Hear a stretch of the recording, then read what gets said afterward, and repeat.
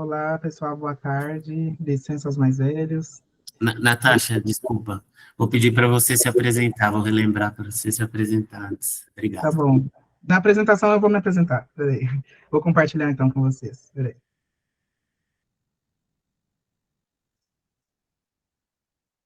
Tá dando para ver certinho? Ah, sim. Beleza. Eu vou falar um pouco do Asa Vital Studio. E aí eu vou me apresentar primeiro. Eu sou arquiteta urbanista, eu sou CEO e fundadora do Asa Vital Studio. Sou pós-graduanda em urbanismo social pelo INSPER. Eu também sou DJ e sou integrante dos grupos de Maracatu Baque Mulher de Ribeirão Preto, Maracatu Navegante, e faço parte da Fochel Moro Milá. Em 2021, eu fui convidada para participar de uma pesquisa que juntaram 100 arquitetos e designers negros do Brasil, né, que compõem essa cena de resistência. Muito importante a gente pontuar isso também, para entender também um pouco da história do ASA. O ASA, ele foi fundado em 2017, assim, 2018 eu fundei o ASA, mas foi a partir de algumas provocações e inspirações que eu tive fazendo uma matéria de aluno especial no IAL, lá em São Carlos, e foi muito interessante que, a partir das provocações, eu escrevi um artigo chamado Afroempreendedorismo nas Cidades Criativas, para poder também olhar para essa questão, para esse recorte racial, e pensar em algumas possibilidades. E a gente estudava muito como Medellín e Bogotá estavam transformando, a partir de algumas possibilidades de mudanças sociais, né, mudanças nas habitações, mudanças em várias partes assim, né, da cidade. E aí eu ficava questionando se no Brasil era possível isso, né? E aí foi a partir dessa provocação que eu entendi, enquanto eu, arquiteta, também moradora da periferia, mulher negra, podia fundar um negócio que eu pudesse trabalhar um pouco mais com algumas questões. E aí, pensando quais eram as questões dentro da arquitetura, que é tão ampla, né, que fazia mais sentido, é, eu analisando, né, aqui principalmente a Ribeirão Preto, eu sou daqui, inclusive, eu não tinha comentado isso, assim, e aqui eu trago esse mapa, é um mapa da Habitat para a Humanidade, onde eles pontuam alguns negócios de impacto social, cooperativas, associações, que fazem parte da parceria deles, e que atuam de alguma forma com habitação. E aqui o ASA está aqui em Ribeirão, como o único negócio de impacto social. Esses aqui são os pontos vermelhos, onde a gente tem conjuntos habitacionais de interesse social, e os amarelos são as comunidades. E o ASA ele atua principalmente no setor norte e oeste, que é onde tem mais esses pontos. E aí a gente entra também nesse ponto até que elas apresentaram sobre o déficit, né, tanto qualitativo ou quantitativo. O ASA ele trabalha especificamente com o déficit qualitativo, né, das habitações. Então a gente tem dois modelos de negócio. Temos um modelo B2C, onde a gente consegue trabalhar diretamente com as famílias, e o B2B, com a gente com um investidor atuando juntamente com o ASA.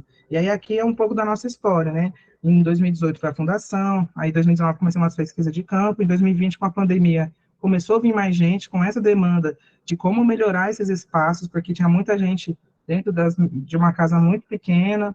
Em 2021 a gente conseguiu já impactar mais famílias sem parceiros até o meio do ano, depois a gente conseguiu parceria, uma delas é a Habitat, a gente continua com a parceria com eles, e é muito importante ter a parceria da Habitat, porque eles também são ponte dessa possibilidade de a gente trabalhar, por exemplo, com a classe D e E, né, que é onde precisa dessas melhorias, e eles são pessoas que às vezes não têm condições de pagar. E aí a gente também trabalha com essa parte do B2C, que são pessoas que querem reformar a casa, precisam de uma assistência técnica, precisa ali, né, de uma pessoa que consiga dar um respaldo técnico, mas também orientar os pedreiros, ter essa parte de orçamento e de possibilidades de reuso dos materiais de forma correta, trazer também inovação e tecnologia, principalmente ali, muitas vezes, para explicar para aquela mão de obra que às vezes não sabe usar, por exemplo, um impermeabilizante, né, que a gente sabe que as infiltrações são as mais evidentes aqui na periferia.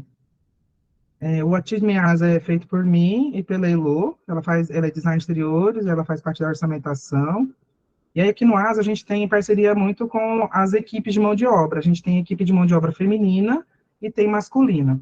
E a gente também prioriza, né, pessoas negras, mulheres e pessoas LGBTQIA+.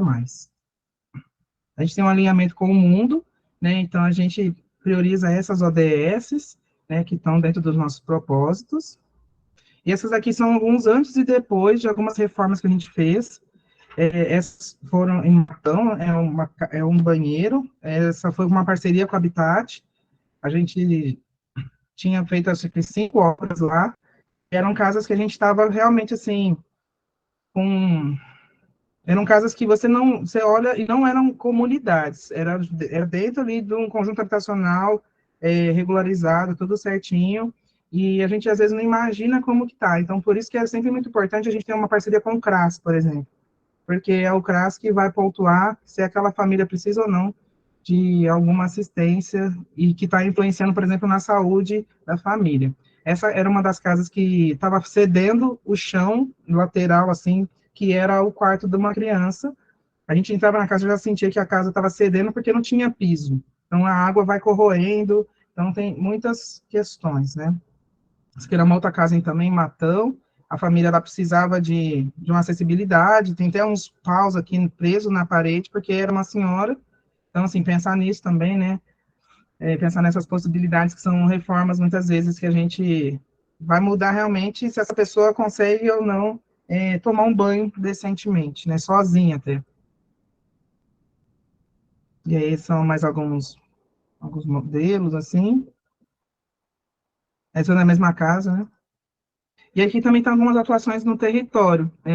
A UASA não faz só reformas, mas a gente também faz algumas reformas, por exemplo, em centro cultural, trabalha com um pouco de ativação urbana. Esse foi no Centro Cultural Romilá.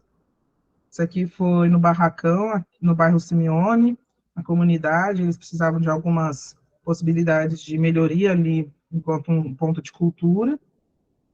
Aqui a gente estava fazendo uma proposta de parque infantil, também na comunidade do Simeone. Aqui são algumas acelerações que o ASA participou, né? Como a gente está dentro da categoria negócio de impacto, a gente participou de algumas acelerações. Estou terminando de participar do Lab Habitação, que é muito importante enquanto uma instituição assim que ajuda os negócios a impulsionar e dar visibilidade. Eles têm algumas teses de impacto, inclusive eu indico vocês a procurar a tese de impacto da Artemisia, muito boa.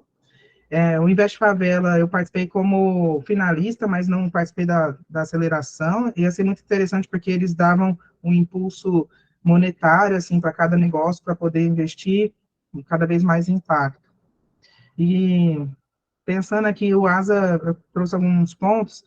A ASA ajuda e investe em desenvolvimento econômico nas comunidades e periferias, contribui para a equidade de gênero e raça, investe no combate ao déficit habitacional, aumenta o grau de amadurecimento das empresas, né, que são parceiras, esses alinhamentos com as ODS, e o maior valor agregado para as organizações que estão juntamente com a ASA. Ano passado a gente fez, juntamente com a Maitá também, com o Território em Rede, a virada da habitação aqui em Ribeirão Preto, foi a primeira virada. Ela aconteceu simultaneamente em 13 cidades do Brasil, foi muito bacana, esse ano tem de novo, estão todos convidados.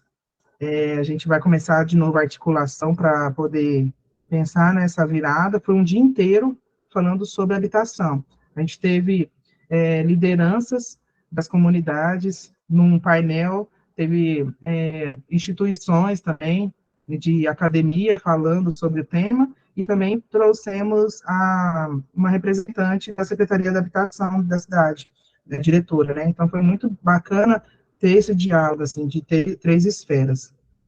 Fui chamada também para participar de uma roda de conversa com a CUFA, para falar sobre fome e habitação.